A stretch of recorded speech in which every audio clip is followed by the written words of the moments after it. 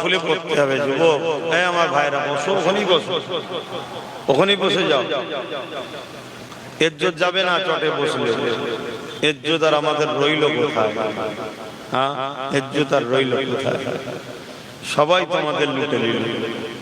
তবে একটা কথা মনে রাখবেন, একটা প্রবাদ বাক্য আছে, ভালো কি খারাপ জানি না, অনেক সময় অনেকে বলে দেখেছি, বিশেষ করে যারা উর্দু ভাষী মানুষ তারা বলে,